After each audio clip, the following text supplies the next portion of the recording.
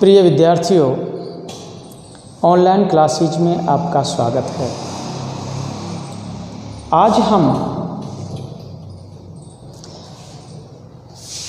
BA final की पुस्तक कविता पथ से कवि जयशंकर प्रसाद के आंसू काव्य को या आंसू काव्य की कुछ पंक्तियों को पढ़ने जा रहे हैं। तो इस पद में नायक और नायिका दोनों की विरह वेदना का वर्णन किया गया है। तो मैं पहले इस पद को पढ़ देता हूँ। तो देखो बच्चों, रो रो कर सिसक सिसक कर, रो रो कर सिसक सिसक कर, कहता मैं करुण कहानी। रो रो कर सिसक सिसक कर, कहता मैं करुण कहानी। तुम सुमन नोचते सुनते, करते जानी अनजानी। रो रो कर सिसक सिसक कर, कहता मैं करुण कहानी। तुम सुमन नोचते सुनते, करते जानी अनजानी। मैं बल खाता जाता था, मैं बल खाता जाता था, मोहित बेसुध बलिहारी। मैं बल खाता जाता था, मोहित बेसुध बलिहारी। अंतर के तार खिंचे थे, अंतर के तार खिंचे थे, तीखी थी तान हमारी, तीखी थी तान हमारी। इसमें बच्चों जो कठिन शब्द आए हैं, कठिन शब्द आ रहे हैं, उनको मैं बता देता हूँ। देखो, एक शब्द आया है अनजानी, सुमन, बेसुध, अंतर के तार, ये शब्द आए हैं। तो देखो, मैं इन कठिन शब्दों को बता देता हूं।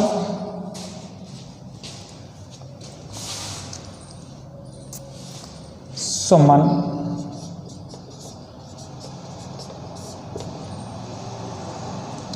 अनजानी,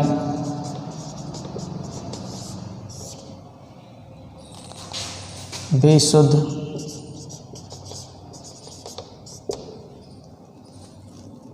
अंतर के तार।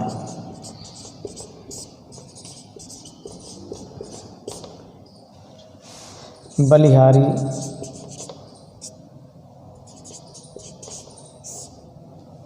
तो देखो, सुमन कहते हैं पुष्प या फूल। सुमन माने पुष्प या फूल। सुमन माने क्या है? पुष्प या फूल। और अनजानी, अनजानी कहते हैं जिसे कुछ भी नहीं पता, एकदम अनजान बना हुआ हो। कैसा? अनजान बना रहता, जिसे कुछ भी नहीं पता रहता, अनजान, कुछ भी पता नहीं रहना, कुछ भी मालूम नहीं।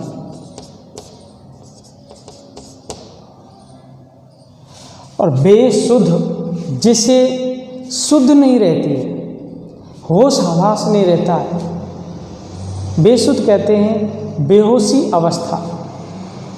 बेसुध का मतलब क्या होता है? बेहोशी अवस्था।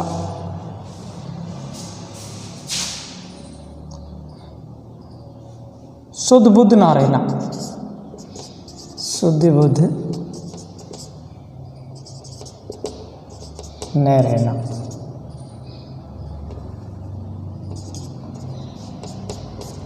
शुद्ध बुद्ध ना रहना। अंतर के तार, अंतर के तार कहते हैं जो अपनी हृदयगत भावनाएं होती हैं उनको अंतर के तार कहते हैं। हृदयगत भावना,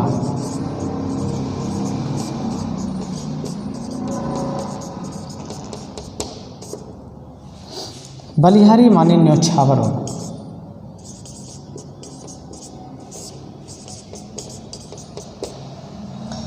ये इसके कठिन शब्द थे। सुमन, पुष्पीय फूल, अनजानी जिसे कुछ भी नहीं पता हो, बेसुध शुद्ध बुद्ध नहीं रहना, अंतर के तार हृदयगत भावनाएं, और बलिहारी कहते हैं न्यौछावर होना। तो देखो बच्चों, अब हम इसको पढ़ कर के इसका अर्थ करते हैं। रो रो कर सिसक सिसक कर कहता मैं करुण कहानी, तुम सुमन नोचते सुनते करती जानी अनजानी। कवि जयशंकर प्रसाद नायक और नायिका की वेदना को दर्शाते हैं। नायक और नायिका की वेदना को दर्शाते हैं कि प्रिय मिलन की पूर्व स्मृतियां एवं उसके उनके विरह विलाप का सुंदर अनुभूति में चित्रण करते हैं। और यही इसमें इनके विरह वेदना का चित्रण किया गया है, इनके विरह विलाप को दर्शाया गया है। तो कवि जयशंकर प्रसाद जी क्या कहते हैं, सुनो। रो रो कर सिसक सिसक कर कहता मैं करुण कहानी, तुम सुमन नोचते सुनते करते जानी अनजानी। कवि जयशंकर प्रसाद जी कहते हैं कि मैं रो रो कर और सिसक सिसक कर, कवि जयशंकर प्रसाद जी कहते हैं कि मैं रो रो कर सिसक सिसक कर अपनी विरहजन्य कहानी, वेदना से भरी हुई करुण कहानी कहता हूँ।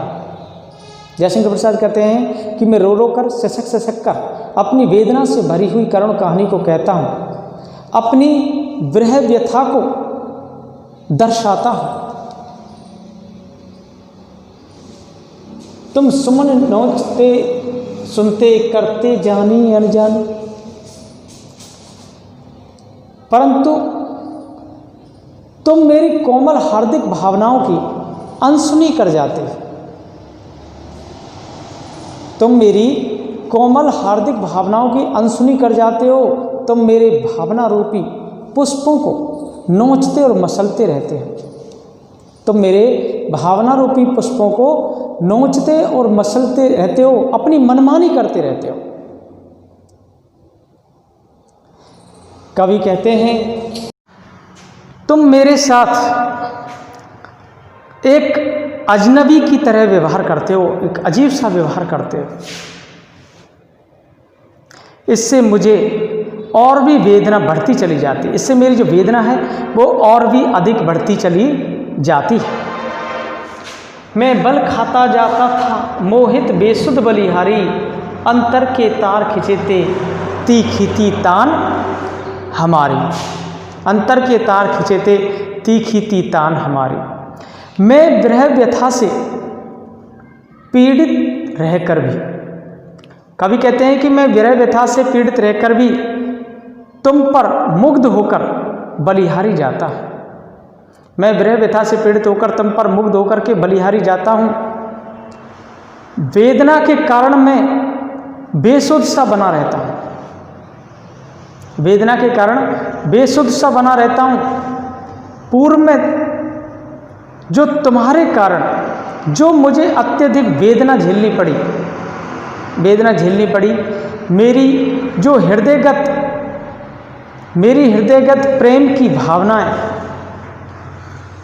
प्रेम की भावनाओं का जो मधुर स्वर है, उसको तुम अनसुना कर देते हो, उसको बिल्कुल सुनता नहीं हो। मेरे हृदय की जो मधुर भावना है उसको अनसुना कर देते हो, तुम सुनते तक नहीं।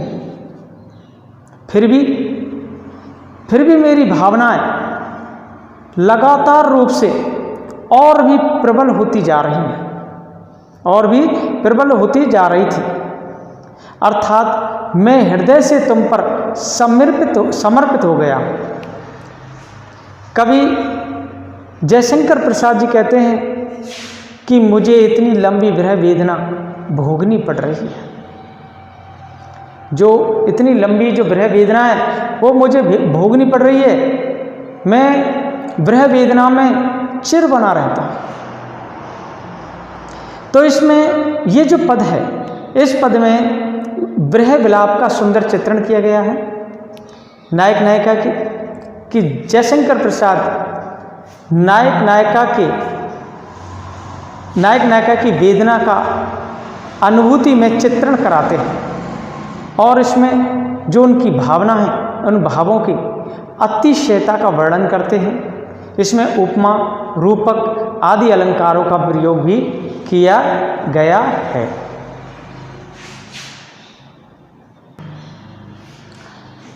देखो बच्चों, ये अगला पद है।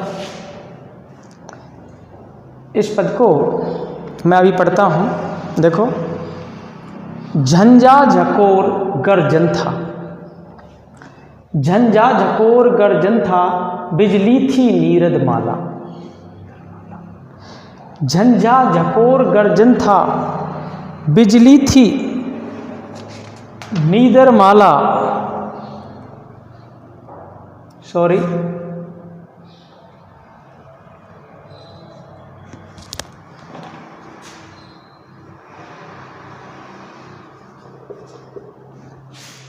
देखो, झंझा झकोर गर्जन था, बिजली थी नीदर माला।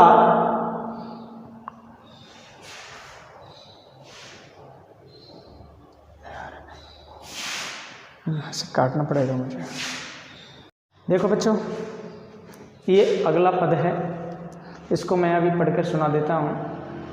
झंझा झकोर गर्जन था, झंझा झकोर गर्जन था, बिजली थी नीरद माला। पाकर इस शून्य हृदय को सबने आ डेरा डाला। झंझा झकोर गर्जन था, बिजली थी नीरद माला। पाकर इस शून्य हृदय को सबने आ डेरा डाला।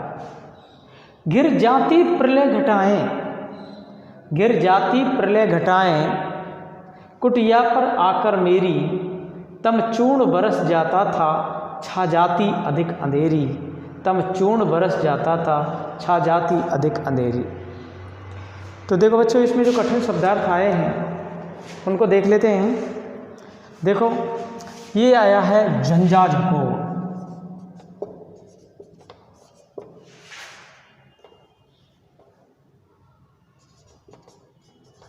झंझा झकोर कहते हैं आंधी तूफान।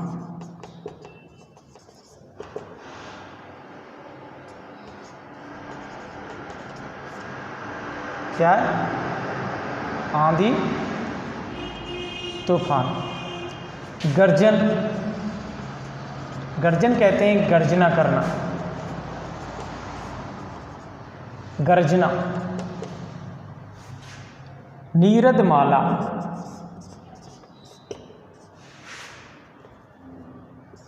नीरद माला कहते हैं मेघ घटाएं, मेघमालाएं, मेघमालाएं मतलब मेघ घटाएं। और एक शब्द आया है तम चूर्ण।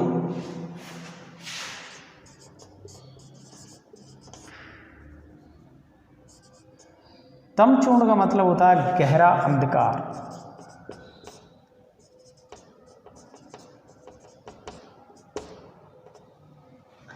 तो ये इसके कठिन शब्दार्थ हैं। झंझा झकोर कहते हैं आंधी तूफान को, गर्जन कहते हैं गर्जना करना, नीरद माला मेघमालाएं होती हैं, तम चूर्ण कहते हैं गहरा अंधकार। तो देखो बच्चों, इसका हम अर्थ करके सुना देते हैं। झंझा झकोर गर्जन था, बिजली थी नीरद माला। पाकर इस शून्य हृदय को सबने आ डेरा डाला। देखो, प्रस्तुत अवतरण जयशंकर प्रसाद द्वारा रचित आंसू काव्य से उद्धृत है। इस पद में हृदय प्रिय वियोग के कारण तीव्र वेदना एवं उदासी से भरा हुआ है। कवि कहते हैं कि इस पद के माध्यम से हृदय में जो प्रिय के प्रति जो वियोग वेदना भरी हुई है, वो तीव्र वेदना, उससे उदासी, उसके हृदय में उसके चेहरे पर उदासी छा रही है, उसके हृदय प्रिय वियोग के कारण, हृदय प्रिय वियोग के कारण तीव्र वेदना से और उदासी से भरा हुआ है उसका हृदय। उसके हृदय में प्रलय जैसी एक हलचल मची हुई है। तो इसी संदर्भ में कवि वर्णन करते हुए कहते हैं, कवि कहता है, जिस प्रकार शांत और निर्मल आकाश में आंधी तूफान से प्रताड़ित होकर जो मेघों की, जो बादलों की जो घटाएं हैं, वे चारों ओर से घिर करके बहुत अधिक संख्या में अर्थात सघन रूप में छा जाती है।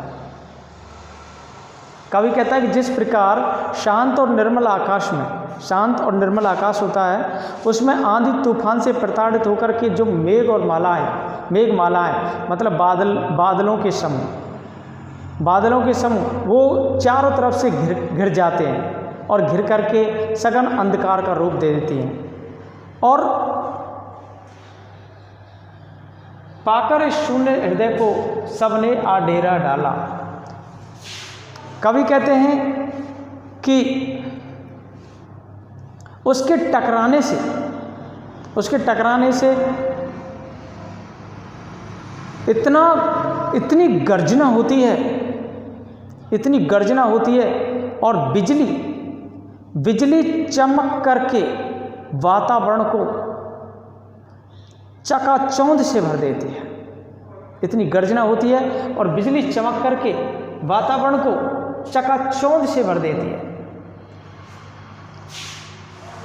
मतलब बादलों में जब बादल गरजते हैं, बिजली चमकती है, तो वातावरण एकदम चकाचौंध जैसा दिखाई पड़ता है कि हमें देखने में भी असमर्थता होती है। इसी प्रकार हमारा जो हृदय है, उस हृदय में हमारा जो हृदय है, उस हृदय के जो शून्य आकाश है, उस शून्य आकाश में प्रियतम की जो मधुर स्मृतियां हैं, वे हमारे हृदय में एक उत्साह एवं उल्लास रूप में बिजली कौंधने लगती है। एक उल्लास रूपी एक बिजली कौंधने लगती है हमारे हृदय में। और जो मेरा जो शांत हृदय है, वह प्रियतम की स्मृतियों की जो हलचल है, उससे भर जाता है। इन सब का हृदय पर स्थायी प्रभाव पड़ जाता है। गिर जाती प्रलय घटाएं कुटिया पर आकर मेरी, तम चूर्ण बरस जाता था छा जाती अधिक अंधेरी। कवि का कहने का भाव यह है कि मेरे शांत हृदय में प्रियतम की जो स्मृतियां हैं, मेरे शांत हृदय में प्रियतम की जो स्मृतियां हैं, वे वेदना रूपी बादलों को, जो वेदना रूपी बादल हैं, वे कवि कहते हैं कि मेरे शांत हृदय में प्रियतमा की स्मृति वेदना रूपी बादलों के रूप में छाई हुई है। वेदना रूपी बादलों के रूप में छाई हुई, उनसे प्रलय के समान अंधकार फैल जाता है, और जो वेदना है वो हमारे हृदय में उमड़ घुमड़ करके मेरी हृदय रूपी जो कुटिया है, वो निराशा रूपी अंधकार से भर जाती है। और ये जो निराशा रूपी अंधकार है, ये आशा रूपी जो प्रकाश है उसे रोक देती है। निराशा रूपी अंधकार आशा रूपी प्रकाश को रोक देती है। इस प्रकार मेरी जो वियोग व्यथा है, विरह वेदना है, वो सघन अंधकार के समान और भी अधिक गहरी होती चली जाती है, और भी अधिक गहरी होती चली जाती है। तो इसमें कहने का भाव ये कि जिस प्रकार आकाश में आंधी तूफानों के कारण बादल घिर जाते हैं और चारों तरफ अंधकार फैल जाता है, उसी प्रकार प्रिय वियोग के कारण, जो प्रिय वियोग है उसके लिए मतलब अपने प्रिय की वेदना के कारण, अर्थात उसकी जो पूर्व स्मृतियां हैं, जब वे याद आती हैं, उसे पूर्व स्मृतियां होती हैं, हो जाती हैं, तो उसका जो हृदय है वो भी एक निराशा रूपी अंधकार से भर जाता है। तो देखो इसमें अनुप्रास, श्लेष, रूपक अलंकार तथा मानवीकरण अलंकार का भी प्रयोग किया गया है। देखो बच्चों, ये नेक्स्ट पद है, इसको हम पढ़ते हैं। बिजली माला पहने फिर, बिजली माला पहने फिर मुस्कुराता था आंगन में, बिजली माला पहने फिर मुस्कुराता था आंगन में, हाँ कौन बरस जाता था रस बूंद हमारे मन में, हाँ कौन बरस जाता था रस बूंद हमारे मन में। तुम सत्य रहे चिर सुंदर, तुम सत्य रहे चिर सुंदर मेरे इस मिथ्या जग के, तुम सत्य रहे चिर सुंदर मेरे इस मिथ्या जग के, थे केवल जीवन संगी कल्याण कलित स्मक के, थे केवल जीवन संगी कल्याण कलित स्मक के। देखो इसमें जो कठिन शब्दार्थ आए हैं मैं उन्हें बता देता हूँ। देखो एक तो है चिर सुंदर, चिर सुंदर का मतलब है हमेशा सुंदर बने रहना,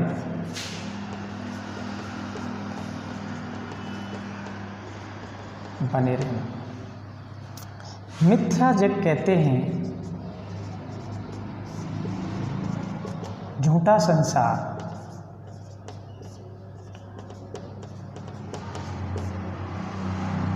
कल्याण कलित,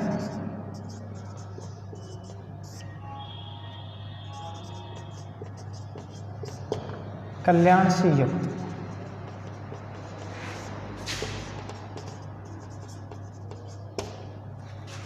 मग माने रास्ता या मार्ग।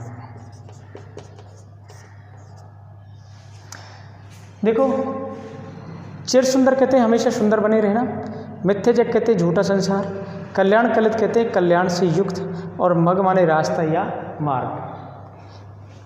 तो देखो बच्चों इसका हम अर्थ करके सुना देते हैं। बिजली माला पहने फिर मुस्कुराता था आंगन में, हाँ कौन बरस जाता था रस बूंद हमारे मन में। देखो ये जो पद है ये अवतरण भी प्रसाद जी द्वारा रचित है, आंसू काव्य से लिया गया है। इसमें कवि ने अपनी प्रेमिका के साथ अपने मधुर संबंध का स्मरण किया है। तो कवि इसी बात का चित्रण करते हुए, इसी बात को दर्शाते हुए कहते हैं, बिजली माला पहने फिर मुस्कुराता था आंगन में, यहाँ कौन बरस जाता था रस बूंद हमारे मन में। कवि जयशंकर प्रसाद जी कहते हैं कि जब तुमसे मिलन हुआ था, कवि जयशंकर प्रसाद जी के वर्णनानुसार, कवि जयशंकर प्रसाद जी के वर्णनानुसार नायक कहता है कि जब तुमसे मिलन हुआ था उस समय, जब तुमसे मिलन हुआ था उस समय जो वातावरण था वह अत्यंत ही सुखदायक बन गया था, एक खुशी का बन गया था। जो वातावरण था जब तुमसे मेरा मिलन हुआ था तो वातावरण भी सुखदायक बन गया था, खुशी का वातावरण बन गया था। उस समय बादलों की जो घटाएं हैं, बादलों की जो घटाएं हैं वे भी बिजली की माला पहन करके मेरे हृदय रूपी आंगन को आलोकित करती थी। बादलों की जो घटाएं बिजली की माला पहनकर मेरे हृदय रूपी आंगन को आलोकित करती थीं, और उस समय जो आनंद रस की जो बूंद बन करके तुम मेरे हृदय मन में बस जाती थी। तो बिजली माला पहने फिर मुस्कुराता था आंगन में, यहाँ कौन बरस जाता था रस बूंद हमारे मन में। कवि कहते हैं कि जब से तुम मेरा, नायक कहता है कि जब से मेरा तुमसे मिलन हुआ है तब से ये वातावरण भी अत्यधिक अति सुंदर बन गया है, मुझे खुशी उत्पन्न हो रही है। और उस समय बादलों की जो घटा है उसमें बिजली की माला पहनकर मेरे हृदय रूपी आंगन को आलोकित कर रही थी। उस समय आनंद रस की जो बूंद है, आनंद रस की बूंद बन करके तुम मेरे हृदय में छा गई, हृदय में बस गए थे। कवि कहता है, कवि जयशंकर प्रसाद जी कहते हैं, तुम सत्य रहे चिर सुंदर, मेरे इस मिथ्या जग के थे केवल जीवन संगी, कल्याण कलित स्मक के। कवि वर्णन करते हुए कहते हैं कि यद्यपि ये संसार सत्य और झूठ से परे केवल एक भ्रम की प्रतीति हो रही है, सत्य और असत्य से परे केवल एक भ्रम की प्रतीति हो रही है, परंतु इन प्रतीयमान दृश्यों में भी, ये जो प्रतीयमान जो दृश्य हैं, इनमें एक भी वस्तु ऐसी नहीं है जो कि हमेशा हमेशा के लिए बनी रहे और रूप सौंदर्य से युक्त रहे। इसमें एक भी वस्तु ऐसी नहीं है जो कि हमेशा हमेशा के लिए बनी रहे और रूप सौंदर्य से युक्त रहे। वह उसकी केवल उसकी प्रियतमा ही है। वह अपनी प्रियतमा, कवि कहते हैं कि वह प्रियतमा ही कवि के व्यथित जीवन के कल्याण पथ की एकमात्र सहचरी है। कवि है, कवि ने नायक के रूप में ही संबोधित किया है स्वयं अपने ऊपर। कवि कहते हैं कि मेरे जो मेरा विरह व्यथा से भरा हुआ जो जीवन है, उस जीवन के कल्याण पथ की ये एकमात्र सहचरी है, संगनी है, और उसी से उसके जीवन का संपूर्ण निर्वाह हो जाता है। उसी से उसके जीवन का संपूर्ण निर्वाह हो जाता है कि वह उसके जीवन की चिर संगनी है, हमेशा हमेशा के लिए बनी रहती है उसके साथ, इसलिए उसका जीवन निर्वाह होता रहा है। तो इसमें कवि ने जो अपनी पुरानी स्मृतियां हैं, उन स्मृतियों का इसमें उल्लेख किया है, वर्णन किया है, और प्रिया के सामीप्य को अपने जीवन के लिए कल्याणकारी माना है। इसमें प्रेम वेदना की जो अनुभूतियां हैं, उनका मार्मिक वर्णन किया गया है, और इसमें जो ये बताइए नायक नायिका के माध्यम से, तो इसको एक आत्मा और परमात्मा के साथ जोड़ते हुए बताया गया है।